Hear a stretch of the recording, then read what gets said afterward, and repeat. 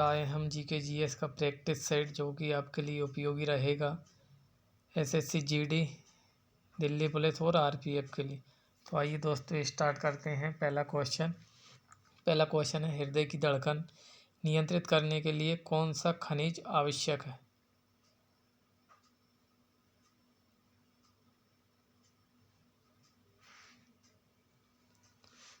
दोस्तों यहाँ पर आपका आंसर हो जाएगा पोटेशियम। अगर आपसे पूछ लिया जाए कि हृदय की धड़कन को किससे नापा जाता है, तो पेस मेकर नामक एक यंत्र होता है जिसको हम इलेक्ट्रोकार्डियोग्राफ भी कहते हैं। अगला क्वेश्चन है दोस्तों, पोटैटो ओर्स क्या है?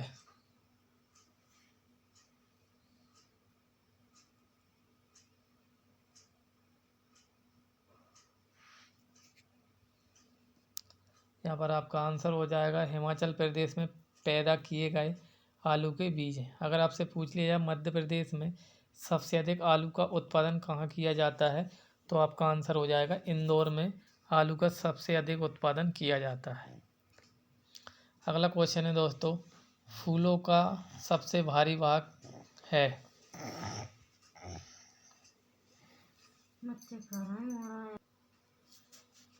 दोस्तों यहाँ पर आपका आंसर हो जाएगा वह दलपुंज होता है फूल का सबसे भारी भाग। अगर आपसे पूछ लिया जाए कि केसर काय से प्राप्त किया जाता है, तो वो फूल की कली से ही केसर प्राप्त किया जाता है। अगर आपसे पूछ लिया जाए हमारे भारत में सबसे अधिक केसर का उत्पादन करने वाला कौन सा राज्य है, तो आपका आंसर हो जाएगा जम्मू कश्मीर। अगला क्वेश्चन है दोस्तों आपका, परमार वंश का संस्थापक कौन था?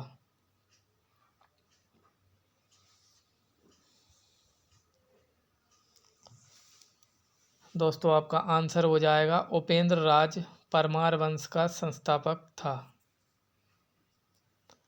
अगला क्वेश्चन है दोस्तों आपका, डीएनए का विस्तारित रूप है?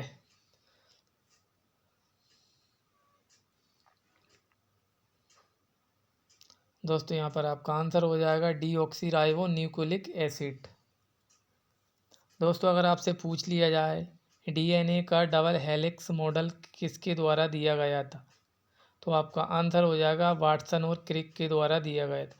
अगर आपसे पूछ लिया जाए आरएनए का फुल फॉर्म क्या होता है, तो रिबो न्यूक्लिक एसिड आरएनए का फुल फॉर्म होता है। अगला क्वेश्चन है दोस्तों आपका, अम्ल का पीएच मान होता है?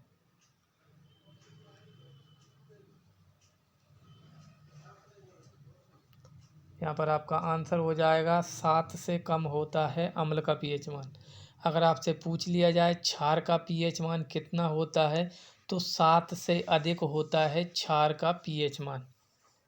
अगर आपसे पूछ लिया जाए जल का पीएच मान कितना होता है, 7 होता है, जिसको उदासीन बोला जाता है। अगर आपसे पूछ लिया जाए पीएच मान का आविष्कार किसके द्वारा किया गया, तो पीएच मान का आविष्कार वैज्ञानिक सोरेनसन के द्वारा किया गया है। अगला क्वेश्चन है दोस्तों, संयुक्त राष्ट्र संघ का गठन कब हुआ?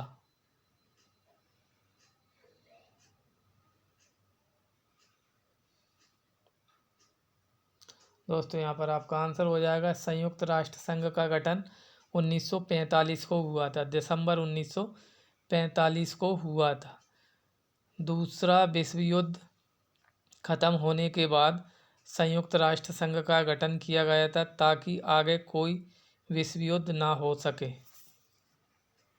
विश्व में शांति स्थापित करने के लिए इस संगठन का निर्माण किया गया था। इसमें 5 स्थायी सदस्य होते हैं और 10 आपके अस्थायी सदस्य होते हैं। अस्थायी सदस्यों का कार्यकाल 2 वर्ष का निर्धारित किया गया है। अगर आपसे पूछ लिया जाए स्थायी सदस्यों में कौन कौन से देश हैं, तो आपका आंसर हो जाएगा संयुक्त राज्य अमेरिका,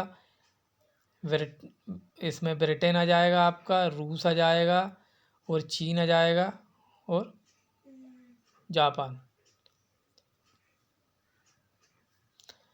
अगला क्वेश्चन है दोस्तों आपका, भारत का राष्ट्रपति बनने के लिए न्यूनतम आयु कितनी होती है?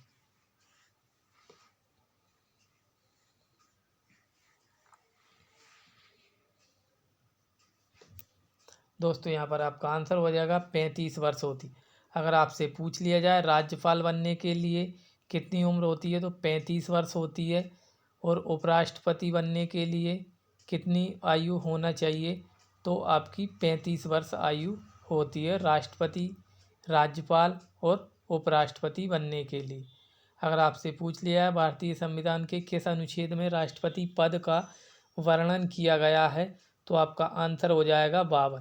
और राष्ट्रपति पद की प्रक्रिया कहाँ से ली गई है हमारे संविधान में? संयुक्त राज्य अमेरिका से ली गई है।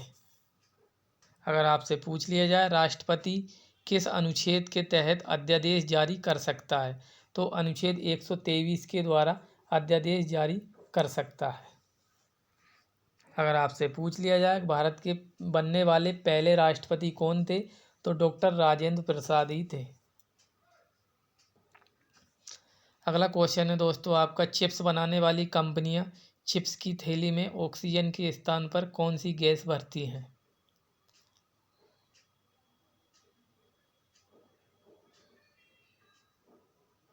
दोस्तों यहाँ पर आपका आंसर हो जाएगा नाइट्रोजन गैस भरते हैं, जिससे कि काफ़ी समय तक जो चिप्स होती है वो ख़राब नहीं होती है। अगला क्वेश्चन है दोस्तों, कंप्यूटर डाटा की सबसे छोटी इकाई क्या होती है?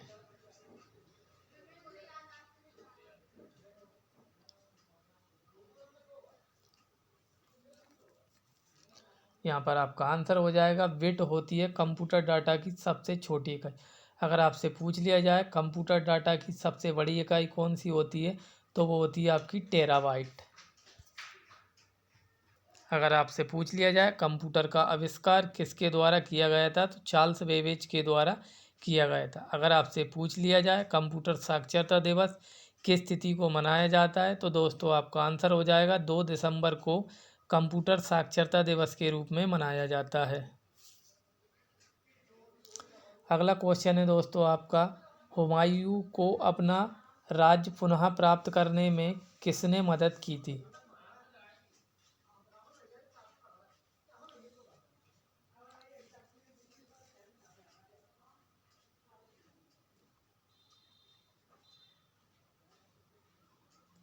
दोस्तों आपका आंसर हो जाएगा यहाँ पर फारस का शाह तहमास्प के द्वारा सहायता की गई थी। 1556 में हुमायूं के द्वारा दोबारा सिंहासन प्राप्त किया गया था। दोस्तों अगर आपसे पूछ लिया जाए हुमायूं को भारत से बाहर किसने किया था तो वो हो जाएगा शेरशाह सूरी के द्वारा। शेरशाह सूरी के द्वारा 2 युद्ध लड़े गए थे, एक 1539 में और एक 1540 में। 1540 में बिलग्राम या कन्नौज का युद्ध लड़ा गया था, जिसके बाद हुमायूं को भारत छोड़कर जाना पड़ा था और भारत में सूर्यवंश की स्थापना शेरशाह सूरी के द्वारा की गई थी।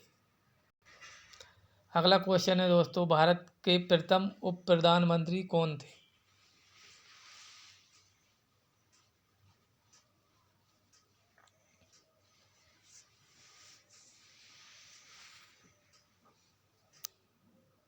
दोस्तों यहाँ पर आपका आंसर हो जाएगा सरदार वल्लभ भाई पटेल भारत के प्रथम उप प्रधानमंत्री और गृह मंत्री भी थे।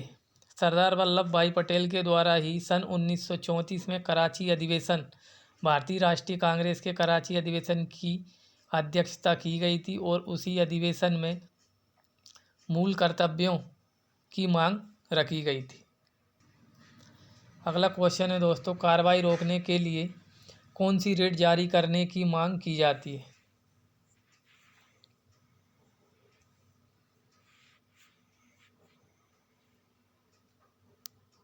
तो दोस्तों यहाँ पर आपका आंसर हो जाएगा प्रतिषेध लेख नाम की रिट जारी की जाती है। अगर आपसे पूछ लिया जाए भारतीय संविधान में रिट जारी करने का अधिकार किस अनुच्छेद में दिया गया है तो हमारे संविधान में रिट जारी करने का अधिकार उच्च न्यायालय और उच्चतम न्यायालय को जारी किया गया है। जो उच्चतम न्यायालय होता है आपका, उच्चतम न्यायालय के द्वारा अनुच्छेद 32 के द्वारा रिट जारी करने का अधिकार होता है, जो 5 प्रकार की रिट जारी करता है। दोस्तों अगला क्वेश्चन है आपका, वह काल्पनिक रेखा जो पृथ्वी को दो भागों में बांटती है क्या कहलाती है?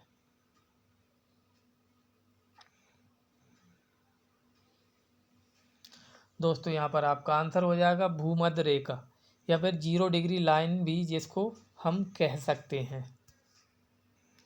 अगला क्वेश्चन है दोस्तों आपका, किस भारतीय स्थान को अंतरिक्ष नगर के नाम से भी जाना जाता है?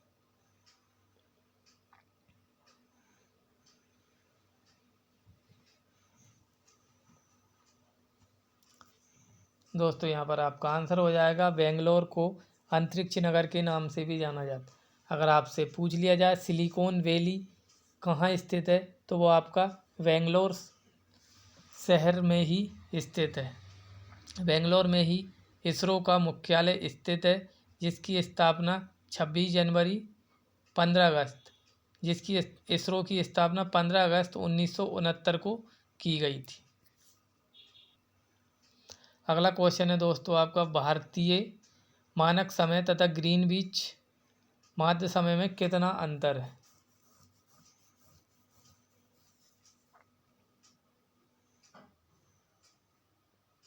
दोस्तों यहाँ पर आपका आंसर हो जाएगा 5.5 घंटे का अंतर। तो दोस्तों हमारा यह सेशन आपको कैसा लग रहा है, लाइक और कमेंट करके बताएं और हमारे चैनल को सब्सक्राइब करें। तो दोस्तों मिलते हैं अगली क्लास में। जय हिंद, जय भारत, जय संविधान।